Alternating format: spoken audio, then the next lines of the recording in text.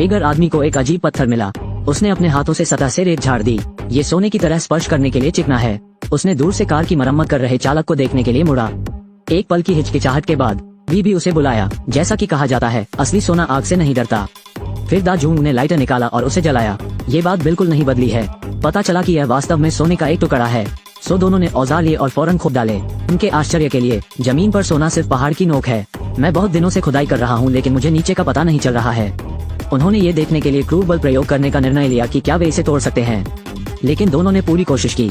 सोना स्थिर रहता है, ये देखना कि जनशक्ति पर्याप्त नहीं है। वे फिर से गाड़ियां खींचने लगे, लेकिन टायर ही नहीं डूबा।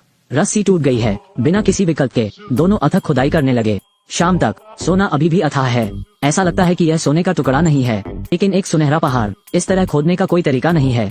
इस समय दा जूंग ने प्रस्ताव दिया, भाई की आंख को खुदाई करने वाले को खोजने के लिए शहर जाने के लिए कहें। मैं रहता हूँ और सोने की रखवाली करता हूँ। राउंड ट्रिप में 4 से 5 दिन लगने का अनुमान है। दा जूंग ने विशेष रूप से पूछा। उत्खनन किराए पर लेने के कारणों के बारे में अवश्य सोचें। दूसरों को सुराग देखने न दें, लेकिन भाई की आंख सोचते हैं। मैं शहर से परिचित नहीं हूँ। मजबूत जाना चाहिए और सोने की रक्षा के लिए रहो। दा जूंग ने उसे बताया, रेगिस्तान में जीवित रहना कोई मजाक नहीं है। झुलसाने वाला सूरज, रात में क्रूर भेड़िए होते हैं। आपके लिए एक विदेशी के रूप में जीवित रहना कठिन है। लेकिन भाई की आंख ने रहने पर जोर दिया। दा जूंग अब कुछ नहीं कहते। अगले दिन भोर दा जूंग ने भाई की आंख के लिए एक बाल्टी पानी छोड़ा, कुछ डिब्बे और एक चाकू। साथ ही उसे अपना एकमात्र सैटेलाइट फोन भी दिया। फिर उत्साह से खुदाई करने वाले को खोजने के लिए चला गया। चिलचिलाती धूप के तहत भाई की आंख ने सोने को रेत से ढक दिया। फिर मैंने मरे हुए पेड़ों से एक छोटा तंबू बनाया। फिर सूखी लकड़ी का एक गट्ठर उठाओ। भेड़िए के हमले से बचने के लिए लपटों का प्रयोग करें। पहली रात आती है, वो अभी भी ताज़ा डिब्बाबंद खाना खा सकता है, लेकिन अगले कुछ दिनों के लिए वो केवल काट सकता है। अगले दिन भोर भाई की आंख ने अभी अभी अपनी आंखें खोली। अवचेतन रूप से सोने को देखा। अचानक फोन बज उठा। वो फोन पर हाथापाई करने लगा, लेकिन कोई संकेत नहीं है। दोपहर के समय धूप तेज होती है। भाई की आंख सोने को घूर रहे हैं। यही एकमात्र विश्वास है जो उसका समर्थन करता है। पास में पड़ी सूखी लकड़ी जल गई। उसे खोजने के लिए और दूर जाना पड़ा। इस समय उसने दूर में कुछ देखा। जाने से पहले उसने सोने को पत्थरों से दबा दिया। फिर पहाड़ी पर चढ़े की दूरी पर एक विमान का मलबा है। आदमी रेत के नीचे सोने की खान खोजता है। सोना रखने के लिए वो 48 घंटे से रेगिस्तान में फंसा हुआ है, और वो साथी जो खुदाई करने वाले को खोजने गया था, लेकिन लापता हो गया है। सौभाग्य से उसे एक विमान का मलबा मिला। उसने विमान के चारों ओर ध्यान से देखा। मुझे लगता है कि यह आदर्श आवास है, लेकिन एक पहाड़ी है। अगर यहाँ रहते हैं, देखने में कोई सोने की खान नहीं, तो उसके पास एक विचार था, विमान को नष्ट करना शुरू करें, मलबे को वापस सोने की खान में घसीटना। सूखे पेड़ों के खिलाफ कैंप बनाया, लेकिन यह एक ऑपरेशन। उन्होंने गंभीर निर्जलीकरण के लक्षण विकसित किए। ये बात है, वो गहरी नींद में सो गया। जब वो फिर से उठता है, माथा और गर्दन धूप से झुलस गए हैं। पसीने से मिश्रित घाव कई मच्छरों को आकर्षित किया। भाई की आंख का दिल टूटने की कगार पर है। वो सोचता है कि यह इस तरह नहीं चल सकता, इसलिए उसने एक पत्थर से उसका एक टुकड़ा गिरा दिया। इस सोने के टुकड़े को लेना चाहते हैं, इस गंदी जगह से बाहर निकलो।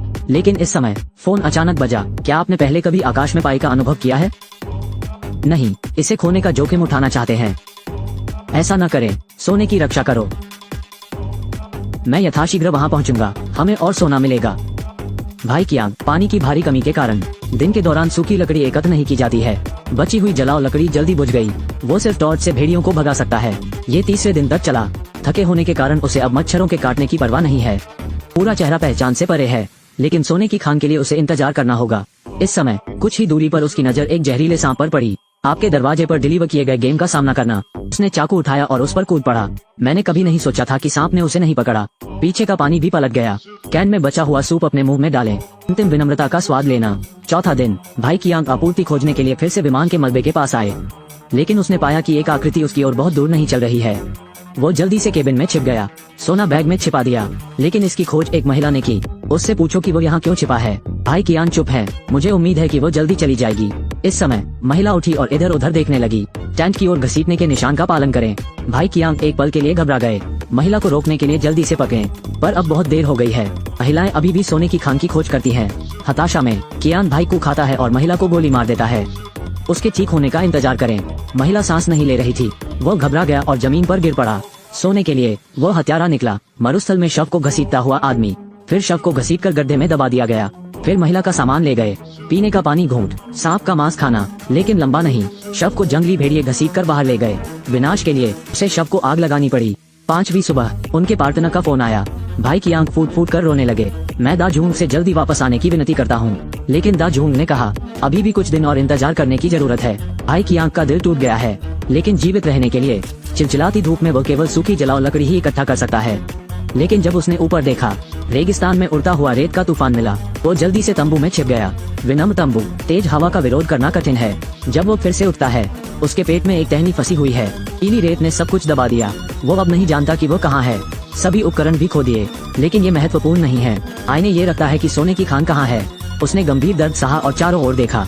अंत में उसे सोने की खान मिल गई। फिर उसने टहनी खींच ली, इसके साथ सरल व्यवहार किया। फिर इसे गर्म कैन से ढक दें, अपने घावों को कीटाणु रहित करें।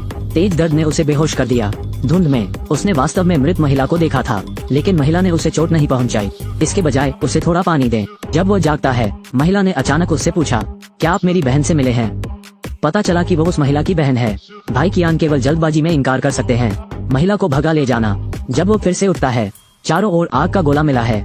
संभवतः एक महिला। भेड़ियों को भगाने के लिए उसने उसे आग लगाने में मदद की। इस समय दा जूंग ने फिर फोन किया, कहा कि वो जल्द ही यहाँ आएंगे, लेकिन दुर्भाग्य से भेड़ियों ने उसे घेर लिया है। तब तक प्रतीक्षा करें जब तक जलाओ लकड़ी बाहर न निकल जाए। भेड़ियों का झुंड, लेकिन दूर नहीं, कोई देख रहा है, और वो साथी है जो कभी प्रकट नहीं हुआ। आखिरकार साथी ने भाई की आंख को भेड़ियों द्वारा धीरे धीरे घसीटते हुए देखा, जबकि उसने खुदाई करने वाले को सोने की खदानों तक पहुंचाया। जैसे ही वो कार से बाहर निकला, यह वीडियो का अंत है। मेरे पीछे आओ।